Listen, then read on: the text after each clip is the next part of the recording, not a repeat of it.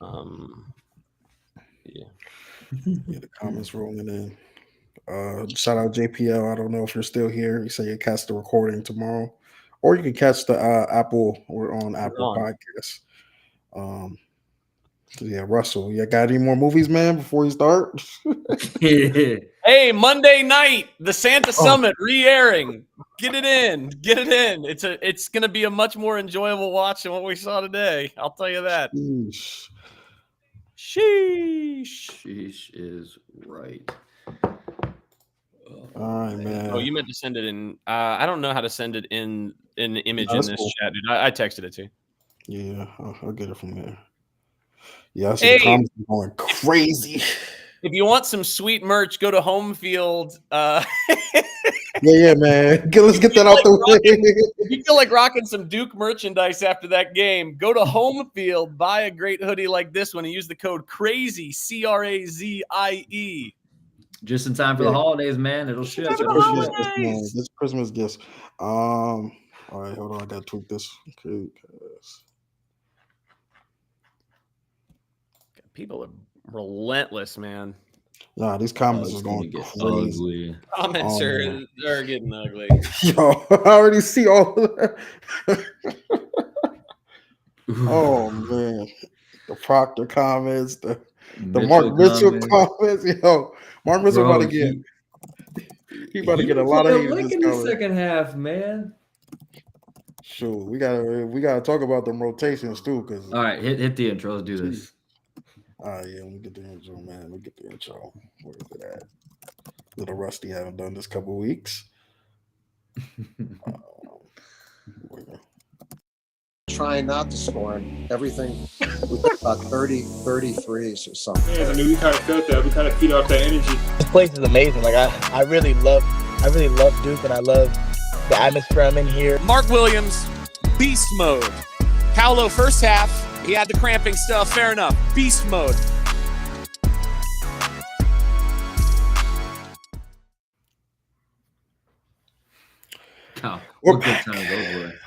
Yeah, man. No beast mode tonight. Nobody beast mode.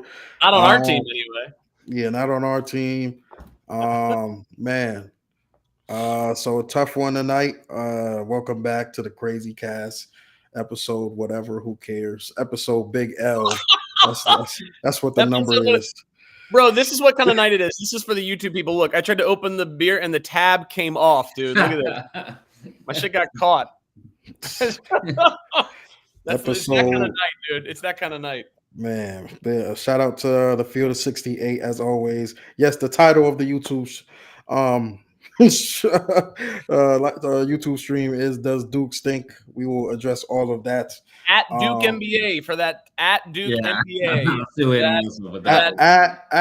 At Duke Better and at no. Shout out to that shit out of here. Don't put that on me.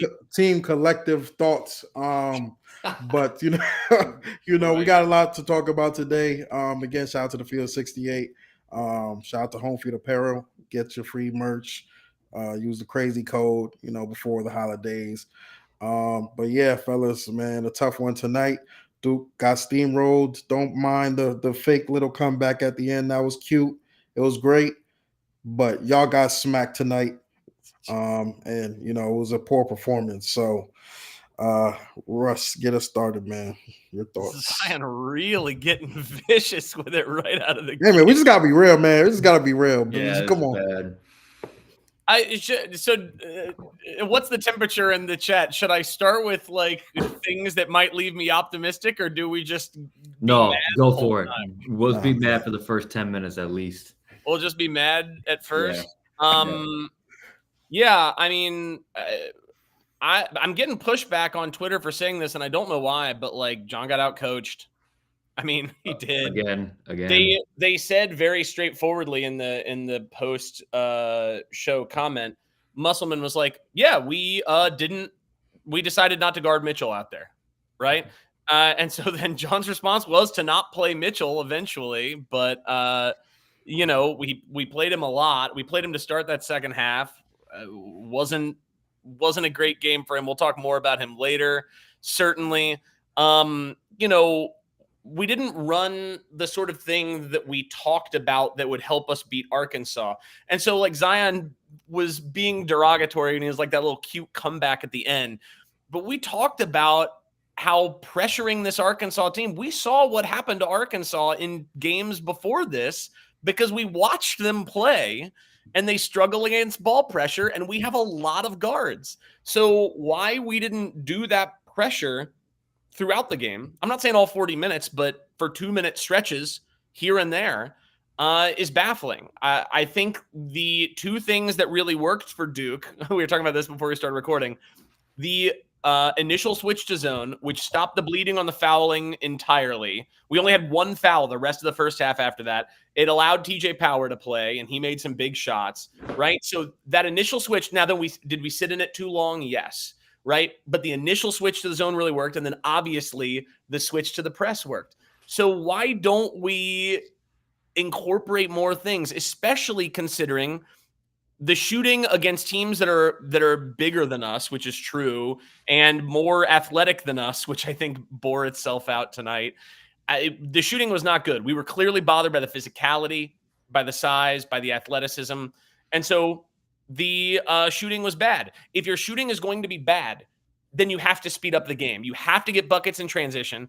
And we saw early in the game, Arkansas doesn't bother to defend in transition. Like we saw us get open layups repeatedly. We had 24 fast break points in the game. That's a third of our points. It could have been more than that, right? But you've got to apply some pressure. You can't keep the game slow. You can't assume we're going to be able to operate out of the half court. So, I mean, people are going to throw out a lot of things. Like I'm seeing a lot of blaming of individual players. Again, for me, when you're talking about, oh, this player isn't doing this player isn't doing this, they have a summer with coaches to develop those players, right? Like, so I'm not sitting here and going like every single decision that went wrong is on coaches. Sure, players make bad decisions on the floor. Sure. But the player development stuff is an issue. The fact that we won't play fast when it's very clear that we need to play fast is an issue. And those feel like coaching issues to me. So that leaves me a little alarmed. Again, hopefully John can learn from this. He got better as he went last season. Is it telling that we hired Ryan, as you pointed out, I think on there, like this is not. We assumed that this team would come in and not be in a bad position where we'd have to like grow over the course of the year like we normally have to. We assumed we would be good to go. And I sort of said a couple times, we're still going to be a really young team. Like minutes continuity is not the same as experience. I mean, we saw that firsthand tonight. So yeah, I don't know, other than assuming, as I tweeted, that this is just the sort of thing where we suck in January and it's just happening earlier because we don't play true road games in November very frequently. That's the silver lining that I can take, is this shit happens to us in January every year, and then we'll make a Final Four. Maybe if it's happening earlier, and yeah, the fight at the end was good. Assuming that we do that throughout the game, that would be great. So this just dawned on me right now. Is it a coincidence that Duke finally just now hired a director of player development this week and Justin Robinson? I get it. Like they're still coaches. They're not developing players, but like kind of a weird coincidence that like we're on to our second loss of the season where we just looked out talented really. And we finally get a director of player development. That aside, what are we doing on offense? Since Scheyer took over, and it's kind of the same thing with Coach K, it was just kind of ISO ball, pick and roll. There's no backdoor cuts. There's nobody moving off the ball. And I think Zion, you said it. There's no off ball movement. Yeah, I think Zion, you said it, and I don't know who. Doesn't matter who said it first, but K could get away with that stuff because you had guys like Paulo, you had Zion, RJ, Bagley, like playmakers that could go out there and do that. When you only have one guy in Flip who can kind of play that role at times, this isn't going to work. So the fact that our offense is so stagnant, and then like Russ, you said, we don't take advantage of making adjustments with fast breaks and getting easier buckets. There's just not a lot that's going to happen in your favor. That's why Duke's been stuck against good teams the last two seasons in the 70s, in the 60s in some aspects. our defense is normally pretty good, but the fact that we don't run any sort of offense, and that hasn't changed since Scheyer took over, is baffling to me, especially with the staff that we have and a younger staff who I'd assume is watching film. They know these guys better than we do. And then going back to some of the guys that we're talking about, Tyrese Proctor has played well this year, but offensively and scoring wise, he hasn't taken a step to be an NBA lottery pick that we all thought. And I think that he thought he was going to be. Mark Mitchell, not a first rounder in any stretch of the imagination right now. And he literally sat the second half because his offense was a liability. TJ Power played in his place, and we decided to take the offensive side over defense. And so it's just, the development side is crazy to me. The Ryan Young thing tonight, I'm just going to bring it up because we didn't get a chance to really see much of him because of the 4 fouls. I don't know if Scheyer would have went away from him at all in this game, but he just kind of luckily had to because it's just not a Ryan Young game, in my opinion. The only bright spot crazy tonight thing is he was one of the better players when he was on the floor. Like, because yeah, to an extent, because he doesn't do dumb shit, right? It's debatable though. They attacked him when he was on the floor. They did. Don't get me wrong. They did. I'm not saying it like it's some high bar to clear or whatever, but like on rebounds, he was in position, which a lot of our guys just like don't really do. When he's in drop coverage, he generally knows where to stand and is not just letting dudes blow by. He was playing physical, like, again, I'm not saying that this is a Ryan Young type of game, but like when I was watching the game and thinking like, boy, if Ryan is one of our better players in this game right now, or at least looks comfortable in this type of game more than other people, then that's not a good sign, obviously. Yeah, I don't want to turn this into a Ryan Young, like, hey, like that wasn't his game, whatever. No, Didn't play a lot. The one thing I will say is, before I kick it back to you, is TJ Power 2 of 2. I thought he could have shot more. I don't know what the hesitancy was in a few of those. He had a couple of what looked like decent looks. When you're like a guy who's coming off the bench like him, who's kind of getting hot at the right time, just start heat checking yourself. In my opinion, I get it. It's a different environment. He's a freshman, but would have liked to see a few more shots of him get up there. But yeah, I guess that's the one bright spot. And then Flip and Roach obviously carried the offense and Flip in the second half as well. So that's decent. But just like all around, this team is struggling and has a long ways to go to get to where we all expect them to be in March, I think. My quick question to y'all, rapid fire, is, and then I'll give my response. What is, because I tweeted it, what are you grading Scheyer tonight? If you grade it, like if you had to grade him. I'd like D. D. Yeah, D is probably F fair. seems too bad. Yeah. Because like he made 2 adjustments that I liked that helped us out. It's just we needed to do a lot more than that. We needed to junk it up more consistently, and we needed to just be prepared for the type of game that we all knew Arkansas was going to play in a game like this. Yeah. So I mean, I feel like y'all covered a lot of things. Me personally, I guess we kind of harped on Scheyer enough, but like the sophomore class tonight, I mean, aside from I guess Flip's stretch at the end of the game where he was playing, I'd probably give Scheyer a D or 2. But aside from the stretch, Flip kind of went off at the end of the game. Sophomore class got to be better, man. That's Mark Mitchell. I'm a big Mark Mitchell fan, and I was a big Mark Mitchell fan because I liked his potential at the 4. When last year we saw he could hit open looks. Like last year he didn't force threes, but when he was open, you left him wide open. He's shooting them. I think he shot like 35%. You shoot 35%, that's respectable. We don't need you to shoot 40%. But at this point, it feels like he's lost his confidence shooting the ball. I saw at one point he was wide open to the 3 in the corner, and he was so out of it. He was so like discouraged with his shot. He luckily had Tyrese next to him. Tyrese ended up missing the 3 too. But it's just like if he's becoming essentially, if he can't hit an outside shot, he's a 5. So like, yeah, if we can't play Mark, not very big 5. Yeah, if we can't play Mark Mitchell at the 4, then we can't start Mark Mitchell. So like it's getting very scary to that point, and it's early in the season, so like I'm not going to go to that risk yet. But yeah, right now he's kind of has to find himself a bit. He's lost confidence. Tyrese, my biggest thing with Tyrese is he doesn't attack the rim with a grip. Like I get he's not the bulkiest kid, but you're 6'5". That's the problem. I've seen Brandon Ingram 150 pounds, 140, all 140 of him attack the rim at his peak. This is sophomore year. You were supposed to bulk up in the offseason, and you were supposed to play with confidence. Like I tweeted during the game, the only guard who attacks the rim with aggression is Jeremy. And that shouldn't happen. He's the smallest guy on the floor every play. Better and for worse with him sometimes too. Yeah. I was grateful he was doing it, but he definitely had some possessions where he had nothing to do and just like he was like, well, I guess I'm gonna go. And I mean, he was by far the best player tonight. And like Flip had the better stats, but a lot of them were after the game seemed over, right? Like Jeremy was the one making baskets when they counted. And defensively, steals and stuff in the press, he was active there too. Yeah, he was active. Look, I'm the first person to say that Jeremy has had some games, right?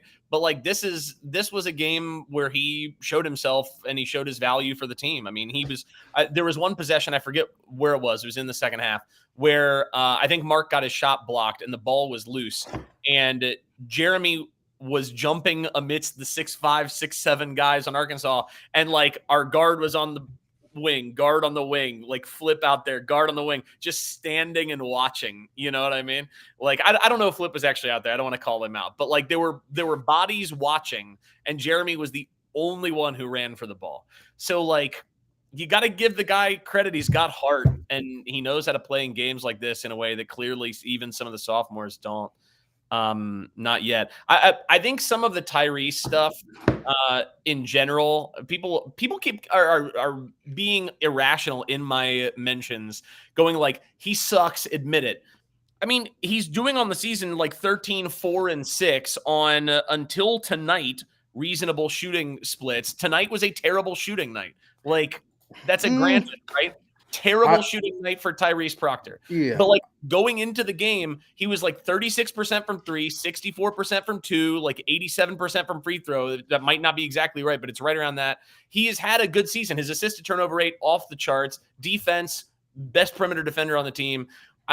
He does struggle with finishing through contact. Zion's 100% right about that. I also wonder. Wait, Russ, I want to stop you there because I want to interject on your overall numbers, because I thought about it when you said it. I don't think Tyrese has had a good shooting game against a good team. I looked at Arizona. He shot 3 for 9, 1 of 6. The Arizona one was bad. And Michigan State, he shot 4 for 12, 1 of 5 from 3. So the big high pressure games, he has not shown up to score. Yeah, I mean, last year, I tweeted this out. Last year, his shooting splits were better against Ken Pom, Tier A, and B teams than they were on the season. So, I think that's a really small 3-game sample. I think he'll be fine. I'm not really worried about him. I'd like him to play more physical. I also do, as I was going to say, I wonder a little bit about his athleticism compared to some of these guys. I think he's a good, not great athlete. You know what I mean? Compared to some of the guys that can jump out of the gym. So when you combine that with the strength issue, that definitely gives me a little bit of concern. But I still think he's going to be fine. The Mark Mitchell thing is a real conversation that needs to be had, though. I think another thing to keep an eye on still is we're going back to Jared McCain's shooting struggles. And we talked about it coming into the season that freshmen who come in as pure shooters to Duke, when they struggle early, they struggle often. And it seems like that's becoming the case with him. I don't have his season log numbers up tonight, but when you have a guy like McCain who struggles to shoot, and then you also have Foster and Proctor who struggle, I think tonight they combined for 4 for 24, if I did the math right. That's not going to get it done when your guards are combined into that. Here's another interjection. When do we run anything for McCain to shoot? We don't. But he had a lot of open shots tonight. Regardless whether they were run for him or not, he had a lot of open shots. I don't think he has a lot of open shots more than Tyrese Proctor. I think Tyrese Proctor gets a lot more open shots than Jared McCain. And I don't think we don't run anything we're not running him off of pin downs. We're not screening for him. We don't even play like he's a shooter. We just put him in the corner and we'll weave. We'll run a little weave. He'll come off a screen, maybe dribble, shoot a mid range. He'll go to the rim, miss a layup, but he's a shooter. So Ryan, what do you think? What do you think Jared's shooting percentage was from 3 on the season coming into this game? From 3, 38, 32, 35%, maybe. No, that's way worse than that. It has to be. 46% from three coming into McCain was? McCain. It's definitely, I think it's got the thing like the Proctor thing where in some of the big spots, the shots haven't been falling. But like, he shot 46% from three coming into this game. Well, he's at 30. Oh, okay. You're right. Most of his threes coming, I think, from the season have come in transition, where we find him in transition. Half-court offense. It's almost like if we had a coach that noticed that, we would try to run more transition. Imagine that. Imagine that. Playing fast. I mean, the play we saw them play fast today, Caleb Foster, with 28 seconds left on the shot clock, dribbles, kicks it out to TJ Power for a three. That was one of my favorite plays of the game because we played fast and we found a quick shot before the defense could set up. That's how we're supposed to play. We have the personnel for it, but we're so caught up with slowing it down, giving it to Flip in the post. Like, I just want UNC score 100 points. I don't care how many points they gave up. I don't think UNC has that much better offensive talent than us. They ran. You know what they did in that game? They ran offense. they genuinely, there was a lot of off ball. They realized that like against Tennessee, they can't like body them up. So what were they doing? They're having a lot of people do like back cuts and shit, and they were finding people on those cuts. I mean, like that's called scouting your opponent and then playing in a style that suits your strengths and plays to your advantage against said opponent. Like. And to Luke's point, Luke's comment says if Baylor wins against Duke, we should be very concerned. I think we should be concerned in the sense that we're not going to get a good seed in the NCAA tournament, almost certainly, if we don't win against Baylor. But also,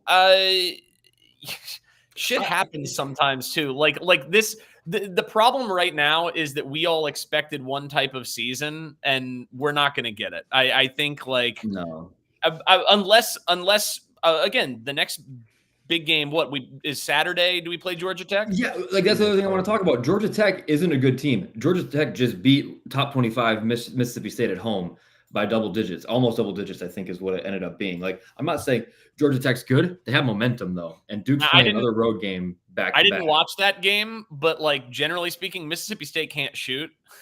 So what I would have to imagine Georgia Tech did, again, Damon Stoudemire, smart guy, probably dared him to shoot would be my guess. I didn't watch the game.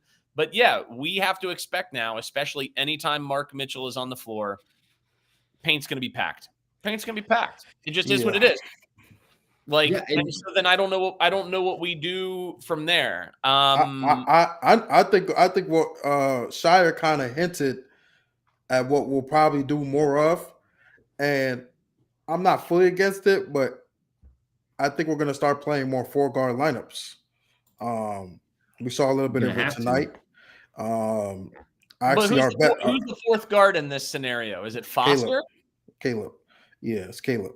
Or you could play TJ a little bit more and play him at the 4. But TJ's like weird to me because he's not really a 4, even though he's big enough to be a 4, but he's not skilled enough to be a guard. I don't know. He's kind of a tweener.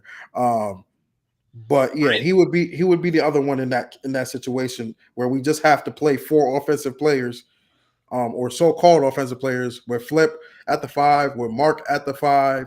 But that kind of kills people like Sean Stewart, who I still feel like should be playing 3 minutes tonight. Unacceptable to me against a team full of athletes. A lot of people said, I saw people say, spacing would be an issue.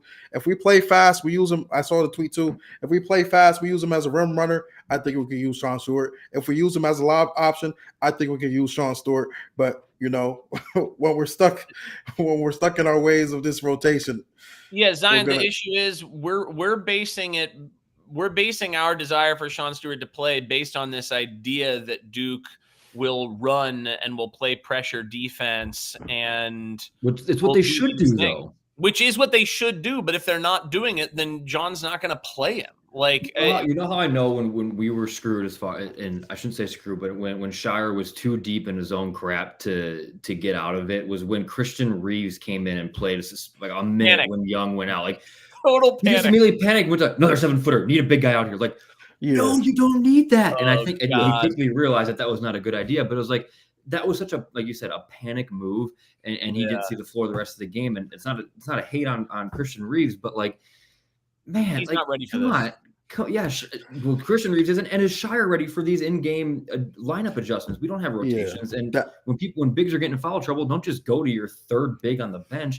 Change it up, go small, man. Like, especially there's not been like, I don't want to dunk on the guy because again, like I think he's got a lot of nice potential long. Yeah, this isn't a hate on Christian Reeves thing. Yeah, he has good potential long term, but I think every time he's come into a game this year, immediately the other team smashes the offensive glass. I mean, like right away. Like he does not defensive rebound at all for a guy his size. He's not in position, which again, it just takes time and it takes reps. Maybe we do need to try to play him a little bit here, a little bit there, but like he's not ready for a game like this. This isn't his game. If this is not a Ryan Young game, it's also absolutely not a Christian Reeves game. Yeah. So like, it just to me that was more of a testament to Scheyer kind of being underwater in these in-game situations than it is to Reeves' talent. It's just like we got to have a little more composure in the sidelines, not just to freak out and go back to I need a 7-footer. And I don't know if it's because of who Scheyer played with when he was there and who some of Duke's bigs were in the past that he's been on staff for, but like we don't have those guys this year. Sorry, coach. Like you're gonna have to go smaller, play small ball lineups, and just run with pace. And so I think somebody made a comment I wanted to call out. I can't scroll back. That was at Duke NBA. At Duke NBA. Yeah, no. Frequency and the Soul Tribe. You're for those listening on podcast, this guy commented about the YouTube title saying Duke got smacked. How? We did get smacked. You must have tuned in like with 2 minutes left to play. Duke got smacked tonight. I don't care about that last little gas to try to pull a miracle out. They got smacked tonight for 38 minutes. They got smacked. It's not. We should have pressed sooner, man. We should have. There's a lot of, and like people getting mad at me again because I said there's a coaching thing, and they're like, "But we missed a bunch of layups." But you know why we missed a bunch of layups? Because we're not running like plays that result in layups. Like we're like if you're missing layups because you're ISO dribble driving into traffic and missing layups, like that is a coaching issue as far as I'm concerned. Like again, it's one thing as y'all keep saying, it's one thing if you've got like a freak athlete who can just do those things, but that's not a long-term strategy for long-term success. It really goes back to the thing that we harped on last year, which was defining rotations and roles. And we bring back majority of the same players.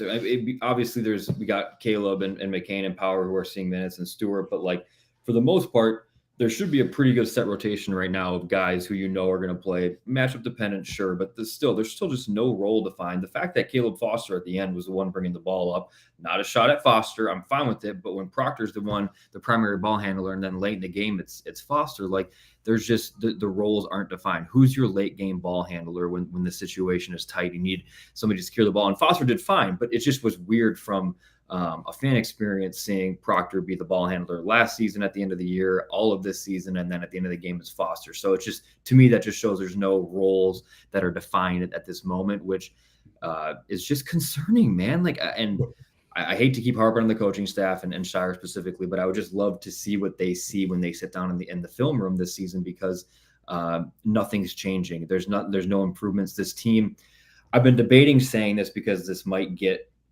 taken out of proportion, and Zion, you could comment on this more. I've talked a little bit about like how much better the NBA game is in college, especially these days. But I think this team, we don't have NBA guys. We have NBA style guys. We could run NBA style offense. We just don't. We play slow. There's no movement. Spacing is terrible because of the personnel we have out there. I just think this team could run we obviously said this team could run a lot more, but this team could play more like an NBA style team.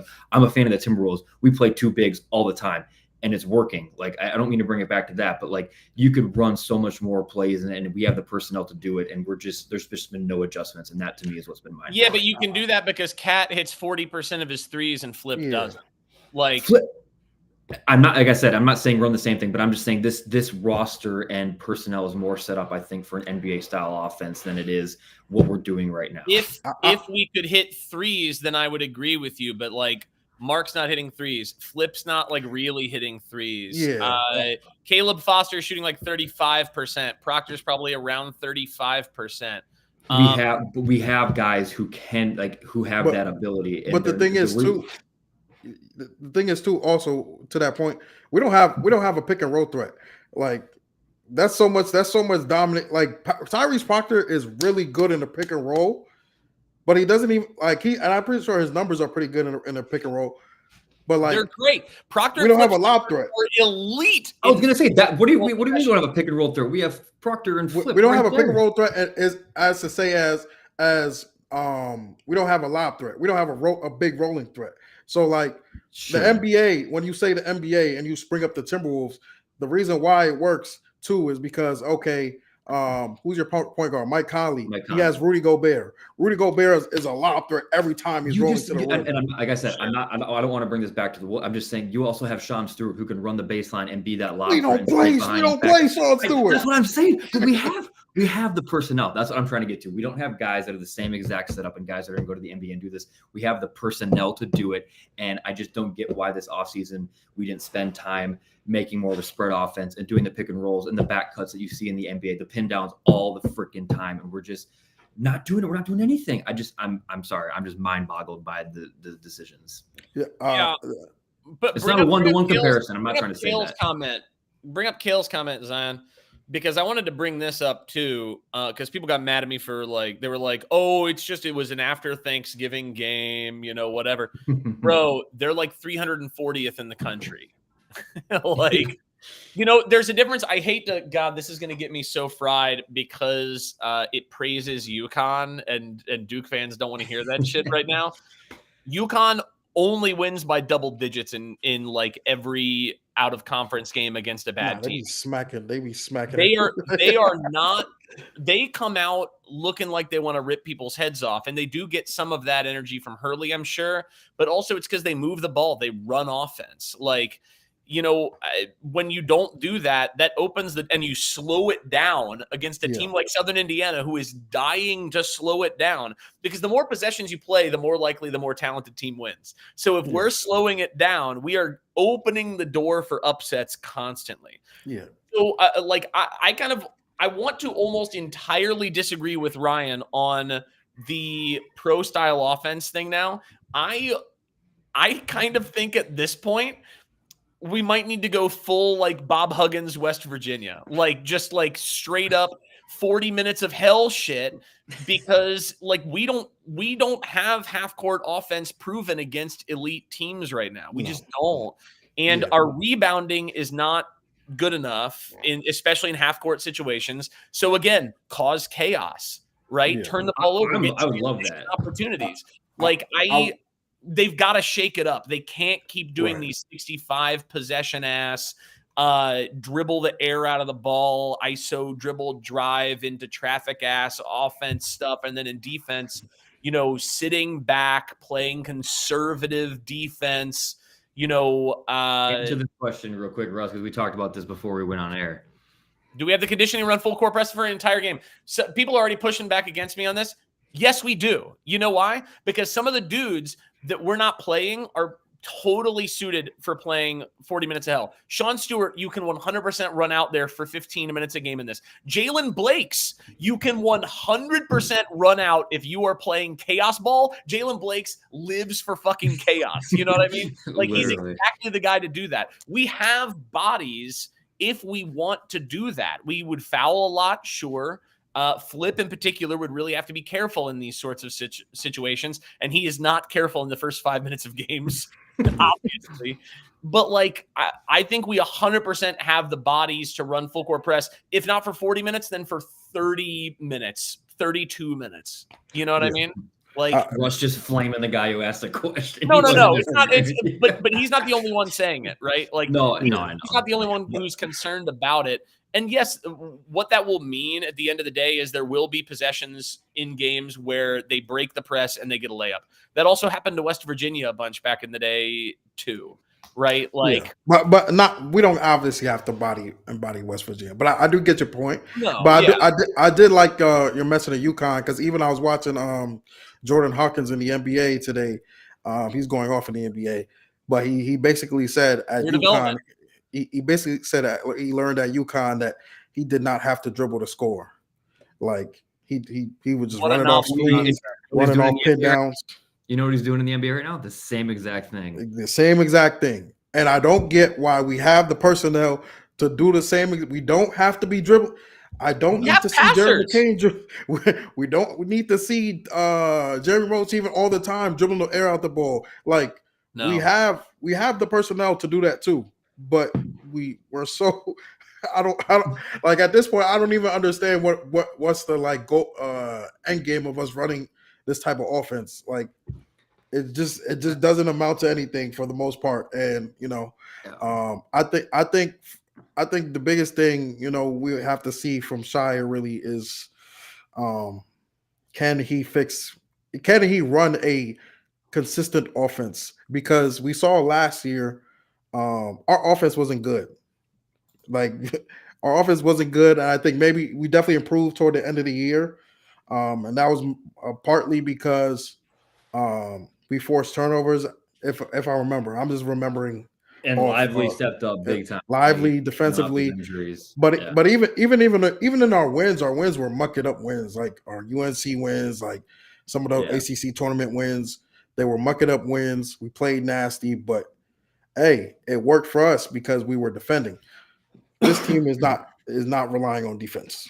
So there's a I don't want to like say something that's like because I believe that they are trying. Like it's not like they're out. It's not like they're going out there and like not wanting to play hard and win. Like they are. I firmly believe that.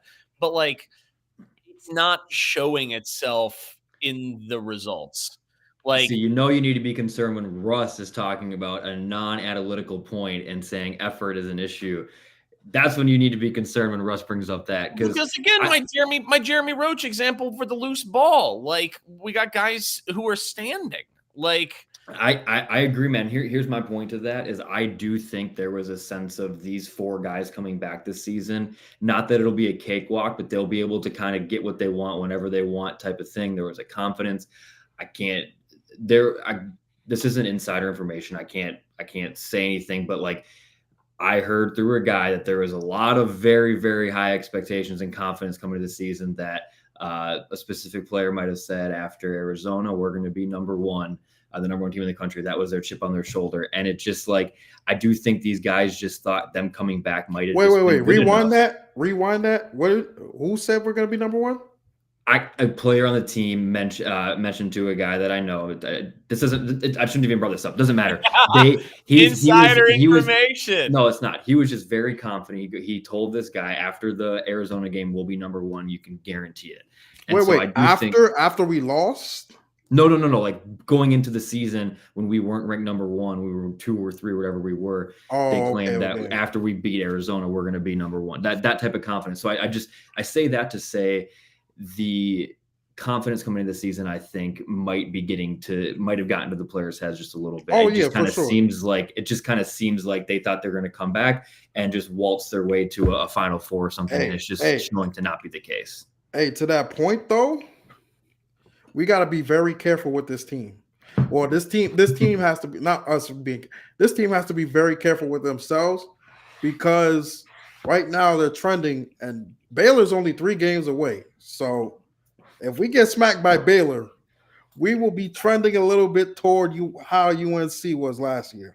Well, and so really quick, you're going back to we can't sleep on Georgia Tech this weekend. They're a bad team, but like Russ, you said we didn't watch the game. They're honestly not even that. They're not even that bad. They're but you know what? Either way, yeah, we should be 3-2. They've lost to a couple mid majors, one mid major. Regardless, like you said, Russ, didn't watch the game, and you said, I bet you they just let Mississippi State shoot the ball, and they missed all of them. And you're right. Mississippi State shot 30% from the field, 23% from 3, and shot a lot. And why not do the same thing to Duke? Duke hasn't proven that we can shoot the ball that well, especially a few of our specific guys. So like Georgia Tech's going to watch this game and do the exact same thing Arkansas did and the exact same thing they probably did in Mississippi State. And I'm not saying we're going to walk out of there with a loss, but you can't overlook this Georgia Tech team, especially the first ACC game on the road. Yeah, we almost always lose the first. That's not true, but we lose we lose bullshit early ACC road games all the time. Like genuinely, every year it happens. I do. Something tells me I think we'll wake up for Saturday, but if we don't, I agree with you. But like I thought we'd wake up for this game too. But like I do think there's definitely a big ego, or not ego, but like overconfidence that these guys, and I see it a little bit with their social media comments. I see it kind of, how they carry themselves early. This is definitely going to be humbling them. But I think Saturday will wake up a little bit. I don't think it's going to be our turnaround, but I think we'll do enough to win. I just want to address this comment. Eddie Congress, he's whatever. He's not a Duke fan. He's trying to say Arkansas had the best home court advantage in the country. When Duke comes to town, that's part of it. But I don't think that's accurate. I saw nothing tonight that told me Arkansas was better than us tonight. We were just that bad. Like Arkansas played it. I think to his point, I do think Arkansas has one of the best home court advantages. They do. In the country. I don't think it factored in tonight though. I don't. You don't think the fact that it was our first true road game and it was in one of the most hostile environments in America mattered at all? Arkansas played the first 20 minutes. Arkansas played terrible basketball, horrible basketball. And what was the score at the half? We should have been up by 10 if we were if we had a what's the word, the C word, I'm blanking. Coach? No, just a normal offense, I guess. Coherence? A coherent offense, is that what it is? I don't even know. Sure. But if we had an offense that didn't resemble a high school team, we would have been up 10 points. They didn't play good, and I don't think it was the atmosphere that really, we just not good right now. Yeah, I think our offense wasn't good against what's the last team we played? Southern Indiana. Dude, I wanted to read my stat that I said after the Southern Indiana game. And after 10 minutes, here's what the score has been after the first 10 minutes of every game so far. And admittedly, I haven't seen the score from this one, so I think we were probably down 1 or 2, right? It was somewhere in that ballpark. At the 10-minute mark, Dartmouth, we were up only 5. Arizona, we were down 1. Michigan State, we were down 3. Bucknell, up only 5. LaSalle, up 1. Southern Indiana, down 9. Like, again, this isn't like we should be beating most of the Dartmouths, the Bucknells, the LaSalles, the Southern Indianas by double figures out of the break, like right away. And for whatever reason, Duke starts slow. We started slow last year. We're starting slow this year. And the second half start in particular in this game was where we lost the game. It was a 1-point game at the half.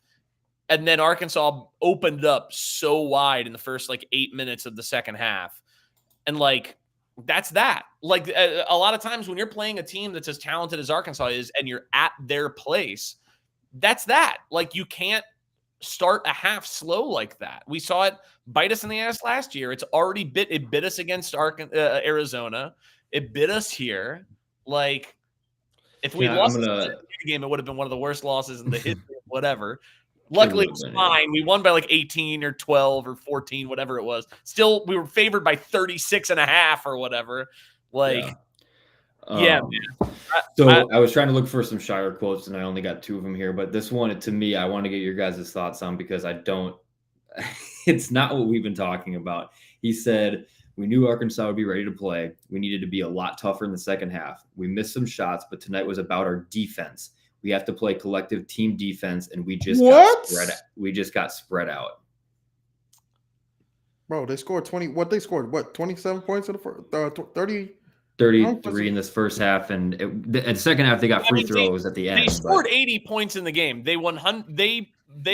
We played bad defense in the second half. But how many free throws did they hit at the end? At least 8 at the end within the last 2 minutes there. Yeah, sure. I'm sure what he is probably the offense wasn't great. I'm sitting here trying to figure it out, but I'm sure he's probably thinking if we score 75 points against most teams, that probably suffices. But that shouldn't be. I don't know. I'm like in college, I get it, it's different, but like this team has the talent to score in the 8. They shot 22 free throws in the second half. They did shoot well from the field. Is that 14? Yeah, 14 23. They did hit shots. They went crazy in the second half. There's no question. I think it's a product of bad offense. Like at some point, we were hanging around with them in the first half. It was basically bad offense versus bad offense. And they just started hitting shots. It just kind of they regressed to the mean. Like they were so bad shooting the ball that second half you kind of knew at home they were going to start hitting shots, and we just and it's like sure because the defense have played a little better, absolutely, but like come on. And I don't. That was one quote. I haven't seen any other quotes. He could have talked about the offense too, but like he did blame it in this quote on our defense. Tonight was about our defense, and like sure, like 15-20% of it, but like this team should not be being held to 32 points every first half, if not less than that. I will say his first half interview actually got me a little annoyed because he started off saying, "I think we're playing well or we're fine," something like that. And I was like, bro.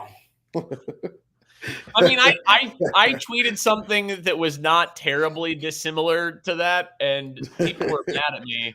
Nah, like, that first half was nasty. Flip played like 6 minutes, all things considered, and we were down 1. I was kind of like, you know what? At the end of the day, you'd expect when we're up 4, when we're a 4-point favorite to be up 2 at the half, and we got like 6 minutes out of Flip, and we were down 1. I was kind of like, you know what? That makes sense to me, But yeah, the offense. I would love to see us try some other stuff, man. I would love it. He's running the Coach K last several years offense, and like, yeah, but Coach K had Paolo, man. He had Paolo. He had that's Mark what we Williams. Said is he could get away with it, man. He could this is like this roster is not suited to play that, and it's like you got to have more fluid sets on offense and multiple different ones. Even in guys moving. Even in those games, even when we had those dudes, we lost games because of it, right? Because but we weren't running stuff. But I don't think we lost games because we were out physical. No, like not with those teams. We were not just physically mad. Like maybe a couple teams got us because we shot poorly, but you weren't gonna just flat out physical us. Like we're getting beat at all levels. Like that, that's what I tweeted during the game. Tweeted just now. I wanted us to kind of answer. What is Duke's strengths right now? What do you if you had to say name 2 or 3 strengths for Duke? What is it right now? I'd probably loop. Contrary to what Coach said tonight, I'd probably say defense is a decent strength of this team. Like it's just kind of like what they live off of, but. I don't know if it's even considered a strength at this point. Our by the numbers, our offense is more effective than our defense. I don't think our defense is. I think our defense can become good enough to make a run, but I don't think our defense will ever be a backbone for us.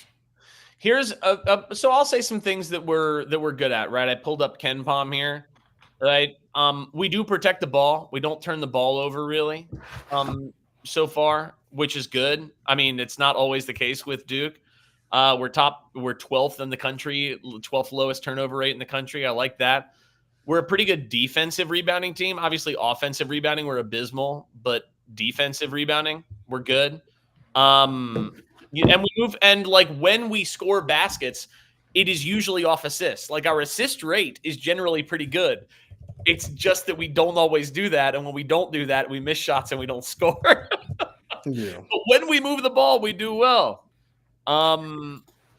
Yeah. Oh, I see what you're doing there, Zion. My bad. I can pull up my I had my thing too. Hold on. I'll pull it up. I do have the But I want to hear what you guys have first, and then I'll drop some cool CBB analytics stats for us. I can't think of a strength, man. I mean, depth should be, but we don't play enough of the bench in meaningful minutes for it to be a strength yet. I hate being so negative like this, but it's I don't know. I was asking y'all because I ain't know. Let me look at the tweets. I know I gotta share the screen. I have to share the screen. Oh my goodness. I got a funny tweet. This is definitely a Dude, close your stress. DMs, bro. Close your DMs. We don't want to see Man, who you who get cares, some, man? Everyone be DMing me. I don't care. This is our strength right now. Jesus Christ. Social media is our strength. Podcast boy. Shout out podcast boy. Grant. Shout out Podcast Grant. boy. And Ryan Young, podcast boy. I respect Ryan for that though. That's a good bit. I still maintain he should do some NIL, like some podcast boy merch. I think that would absolutely should, man. I think that would go over well. I think we have guards who they're not consistent right now, but we have depth in terms of guard talent. We definitely do. And with Flip, we have versatility at the 5, which I think is really, really valuable in terms of our long-term, what we should be able to accomplish in the tournament, assuming that we run some offense and assuming we do some cool stuff. Having Flip at the 5, he's a genuinely real asset there. I mean, like that helps tremendously. I think we have things. We've got some stuff in place. We have to run shit. We have to have interesting scheming for the teams that we're playing. So I sent you this, Zion. Let me do my ad read real quick if we're ready for this. You know, our sponsor is, if people want to hear this today, do you want to break down the stats so that you know whether you're crazy about whether the team is bad or good at a certain thing? Well, maybe you should do CBB analytics. You know, they've got a ton of different splits. They've got splits over the last 5 games, last 10 games, home and away stats versus quad, 1, 2, 3, 4 opponents, data range splits. They have color-coded percentiles for their stats, which make it super easy to understand what the numbers are saying. You've seen the shot charts. I've posted them. They're very cool. And they have lineup stats for the teams, which is what I'm going to talk about in just a second. It's honestly the best website for lineup stats in college basketball. It was originally built for coaching staffs, but I mean, I absolutely love it as a fan.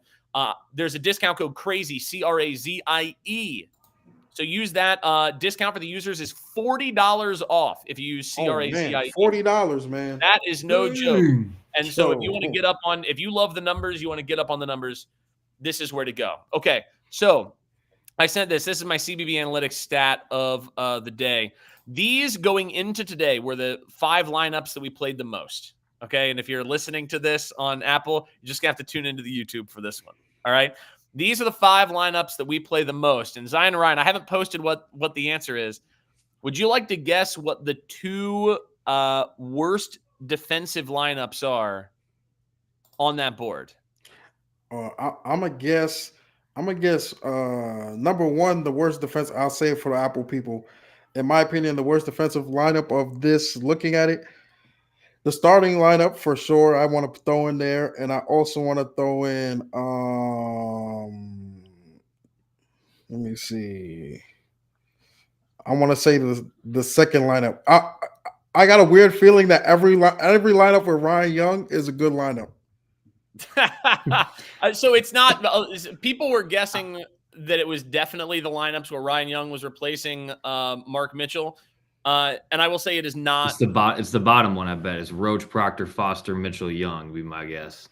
So, and I tweeted this as well. The 2 lineups, to maybe this will help you out, or maybe it won't. The 2 lineups that are the worst defensive lineups are also the best offensive rebounding lineups by like a considerable amount. Like they are top 80th percentile offensive rebounding lineups.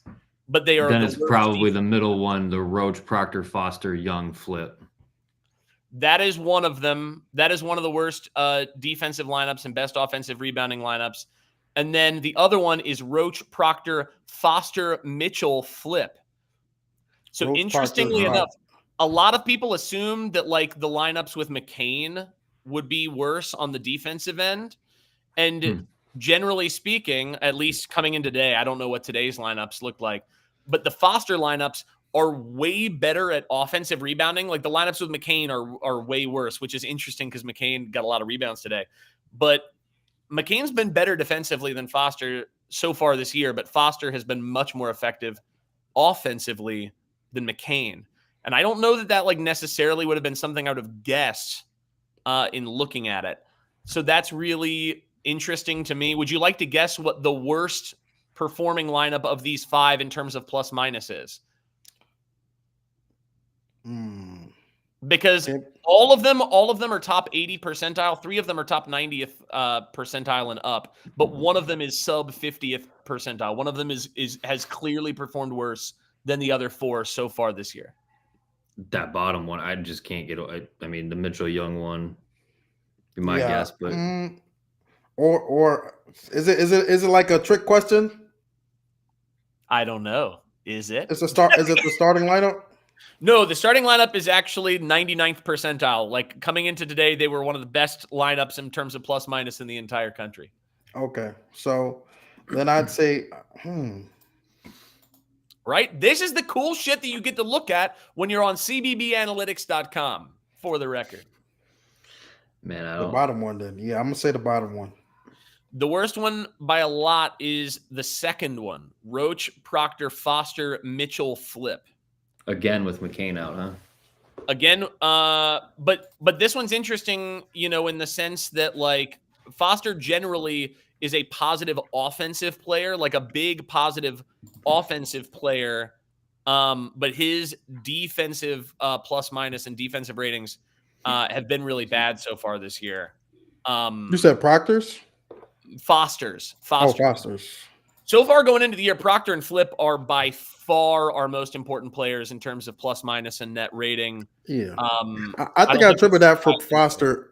I think for Foster, I attribute that to most of the time he is playing with the second unit. So he'll have a Ryan Young in there. He won't be with the starters at that often unless he plays well enough like he did at Michigan State. But look at that second and third lineup. Like those are also like sub 50th percentile defensive units. That's fair. Oh wow, and he's that's playing fair. with a lot of. And he's but how often do we see that? That's the thing. Not a ton. Small sample. Admittedly, small sample. By far, the biggest sample is the top one. But they've played the equivalent of about a half of basketball together. On the court. Okay. Which is not huge, obviously, but really it goes back to the Mark Mitchell conversation because Mark is like this year just barely a net positive defender. And like obviously his O rating is one of the worst on the team. So that's becoming a real conversation. And like Mark Mitchell's offensive rebounding rate is 1th percentile. But literally the worst. Yeah. And that's like weird to me. Not even that, because last year I think we were a great offensive rebounding team last year, and that was I think mostly with the Ryan Young and Flip lineups. But like it's just like this year we don't get nothing. I think our best offensive rebounder is Sean Stewart, in my opinion, when he does play. But we don't really even see him. But it's just kind of weird. It goes back to the strength, in my opinion. I don't think we have a strength right now. Our team is best at offensive rebounding when Caleb Foster is on the floor by a lot. And then obviously our second best offensive rebounder is Ryan Young. In terms of like guys who have played enough, Sean Stewart would be our best defensive or offensive rebounder in terms of rate if he played more.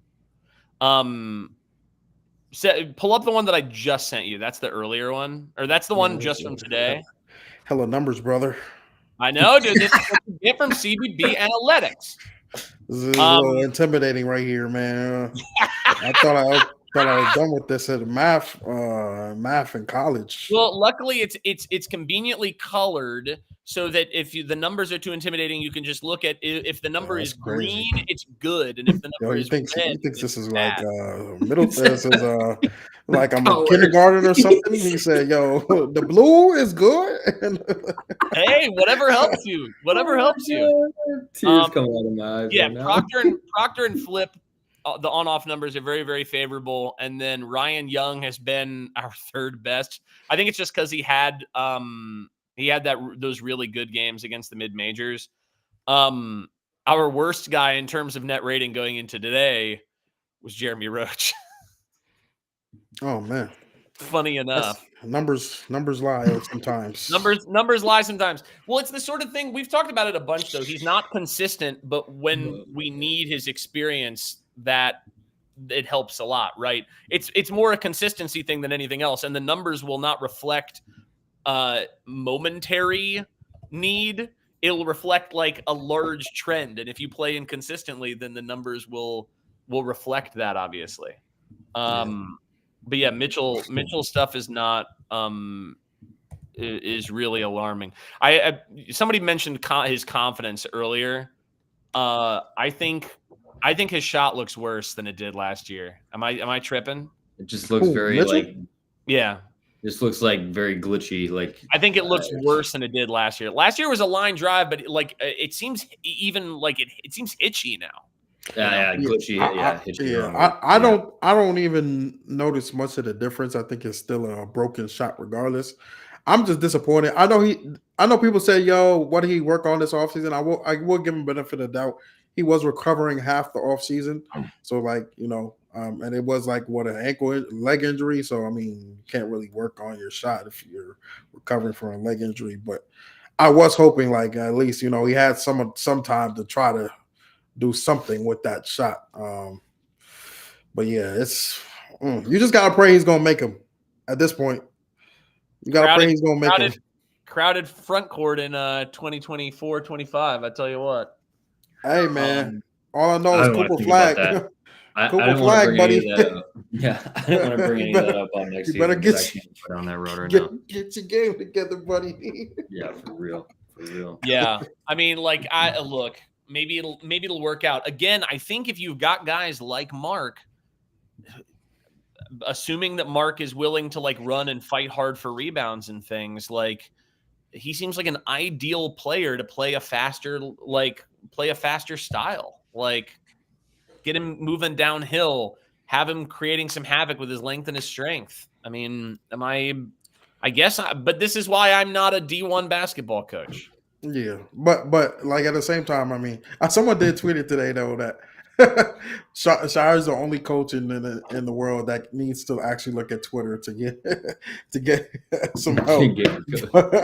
But I do think we definitely have to play fast, even for Mark to, I think, break out of this, because I mean he is built to run. Like he's a player that's built to run. We have a lot of players built to run, and we'll continue to say it. If we don't play fast, we're gonna have the same offensive issues all year. Shout out to someone on Twitter. Actually, after the first exhibition, someone did tell me because I was more saying we need to run because we have the personnel, not because we can't play in the half court. But someone told me, no, like we can't play in the half court, so we're gonna have to run. That's why we have to run. And he was right. We can't play in the half court. So we got to run at some point. We're struggling, like, unless the shots are falling, the half court, like the half court is so dependent on whether our shots are falling, like just completely dependent. I think that a bunch of people, this is always one of the most like tried and boring comments when people put it on Twitter. They'll say like, well, Coach K was bad for the first few years, but then he went totally different world, totally different world, totally different program. We have, it's like the thing with Louisville. There is no reason why Louisville shouldn't fire Kenny Payne tomorrow. And did then they lose again? No, they won just barely against Bellarmine. They got their big revenge game against Bellarmine. There's no reason why they can't fire him and then back up the Brinks truck for like anybody. Like they have one of the top 3 budgets in college basketball. Like if you have a budget like that, then you should have one of the best coaches in college basketball. There's no reason not to. So like if Scheyer is struggling through this season with a lot of talent, hey man, the leash is short. He's obviously still going to remain our coach for. He's going to get a few years here. Wait. You said the leash is short. The public leash is short. The leash is short in the public leash is short. I was going to say the leash is short in the sense that like if like Coach K's first 3 years were like bad, right? They were like bad. Like if Scheyer has one season that's bad like that, some eyebrows are going to be raised on the booster front. Yeah. Like it's a different world than it was back then. So, we can't afford stuff like that. So when people tell me, we got to just give him a lot of time, he doesn't have time. Like, he's got to be good this year. He's got to show improvement this year. And then especially win the the talent flag that he next brings year, in. he's got to make a Final Four title type run. Yeah. Cooper, especially with Cooper Flag. Like, If he doesn't do that, then the conversation starts getting real interesting, is all I'm saying. Like, I love him, and I don't want to – I want it to work out because – God forbid we have to look at other people in the Coach K coaching tree to coach this team. Oh, no. I can't even get that. I don't even want to think about that. I don't even want to think about it, dude. So Scheyer's got to work out. We have no choice. He's got to be great. I want him to be great. Be great, baby. Please. Oh man, don't do that. Don't. Oh man, I'm just hoping Scheyer can figure things out just so, and I trust that he will. So we don't have to have this job is built for you to take it over for 30 years. Like, it's supposed to be this is supposed to be a passing of the torch where you're passing it. Coach K is passing it to you, who will be, who you could take it over 30 years. Then you find the next young, coach that played at Duke, pass along. That's how it's supposed to be. Unless we already got enough problems with Duke football, man. I was talking to Riley, who does the UNC podcast at Field of 68, about if Hubert left, if Hubert was let go. I was like, oh, you're going to get Jerry Stackhouse. You're going to get Wes Miller. You're going to get whatever. And he was so pissed. He was like, no, we're going to go out and get somebody else. I was like, dude, no, you're not. Roy was a UNC guy. Dean was an assistant at UNC. Like, they want UNC guys the same way that we want Duke guys. Like, so everybody online who's like, Duke can go get Brad Stevens or Billy Donovan or whatever. We could maybe for not Brad Stevens. He's fine where he is. But like, we could for some of these guys, but we're just not going to. We'd give it to Tommy Amaker or Johnny Dawkins or whatever. Oh, don't bring up those. Don't bring up that. There's some history behind what you're talking about, buddy. I know, dude. I know, dude. He's struggle busting in the Ivy right now, man. Well, yeah, come on, John. We need it, baby. Just a little shake it up, a little sign of life. This will still be a quad one loss at the end of the day. The resume is not completely decimated. The ACC looks better than it was last year. There will be certainly UNC looks like 2 quad one games. We'll have like a couple of road games in there. We've got some options. Wesley, come on, bro. And I want to put it at a solid goal, but it's not in the cards now, is it? Yeah, we just need a 6-7 loss season at absolute worst, and then we'll still have a pretty good seed. The team can figure it out. We're only going to be underdogs going into like 2 of these games in Vegas. I think we'll maybe 3, depending on how Miami shakes out. We'll definitely be underdogs. Baylor. We'll be an underdog against Baylor. We'll be an underdog at Carolina. But I think every other game. At Miami still might be underdogs. Yeah, but Miami just got shellacked by Kentucky. Yeah, but Kentucky should probably be in the top 5 at this point. Yeah. I think Miami's just going to – I was talking to Ryan about this. They're going to do the same shit they did where they're going to struggle against, like, bad teams, and then they're going to do really well against, like, some of those mid teams, and they're going to get blown out in certain games. So then they're going to get, like, a 6 seed, 7 seed or whatever. But then if they just make literally every shot they take, then, like – which they tend to do in March. And they don't need to play defense ever, which they don't. So, like – It's very concerning. Back to the Kentucky point. That Kentucky and UNC might be better than us right now. Well, they are better than us right now. Right now, they're better than us. They run perimeter-oriented offense. They move the ball. They cut. They play with energy. Duke has the capacity to do that. But it has not been consistent so far this year, and they need to figure it out. Brandon, I know Calipari changed his offense, But like once they get those big men back, I fully expect Calipari to just go back to like some slow 2 big man offense. Yeah. Probably. Yeah, at that point. And I'm gonna laugh, dude. Man. Oh, Every single time Duke doesn't run a play. Duke ran a couple plays in there today. Yeah, I saw the first 2 plays at a halftime. They were set plays, like that actually looked like had a pin down. I forgot the other play, but they ran the one for Jeremy to shoot from the elbow. Yeah, or whatever. But I also don't love that our first set play is like a jump shot from like quasi mid range. You know what I mean? Like, man, I was just glad to see something. That's true. That's a great point. Something. That's a great point. Yeah, A123A has like the interesting point of what would happen next year. Look, I don't know. I think it's too early to be too concerned about that. But like, I think more than anything else, we talked about this when we were talking about Edgecombe and some of those other guys. Like, if we're going to have a deep freshman class, we need to show them that we will play deep, and we need to show them we're going to play a style that suits talent that they have. And so it would be nice. It would be nice to see that this year, in order to give those guys a little more confidence in what we're doing. Just want to win some games, man. At this point, man, we got Georgia Tech on Saturday. What is that? A 2 p.m. game? 2:15 Eastern time. That's a nasty. Ew. Yeah. That's a road game, right? Yes, sir. Yeah. Hey, man. First ACC game. This one counts a little bit more than tonight, man. So, boys better get it together. It together, man. They are super small. Georgia Tech is in like 6'7" center type small.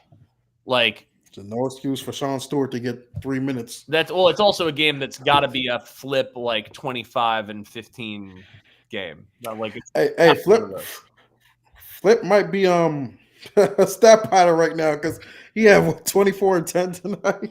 That was not a good game for Flip. Ryan, just log off, you sleepy bastard. Just leave. Ryan keeps texting us. Like, he's been texting us for like 15 minutes, being like, guys, I'm falling asleep here, bro. Oh, all right. Yeah. Let's wrap up, man. Oh, we already we had a one. It's midnight. What do you want me to say? Yeah, man. Move to a Pacific time zone, Ryan. Nah, I'm on East Coast. So I gotta wake up at like 7. Not my problem. Yeah, that's crazy. I'm gonna throw a movie on. I'm gonna throw a movie on right now. That's nasty. So we appreciate y'all for joining. I don't know if we'll be back. We'll be back Saturday. I don't know. We'll let you know. I mean, I guess it depends how it goes. Possibly. I might have something going on. We'll see, though. Yeah, you always got something going on. But CBBanalytics.com. Use the code Crazie to get $40 off, and Home Field Apparel. Use the code Crazie to get a discount on your clothes there as well. Support the podcast and get some cool stuff. Leave us a like, subscribe, whatever you call it. Like, subscribe, review, subscribe, whatever you're share it. To do. Yes.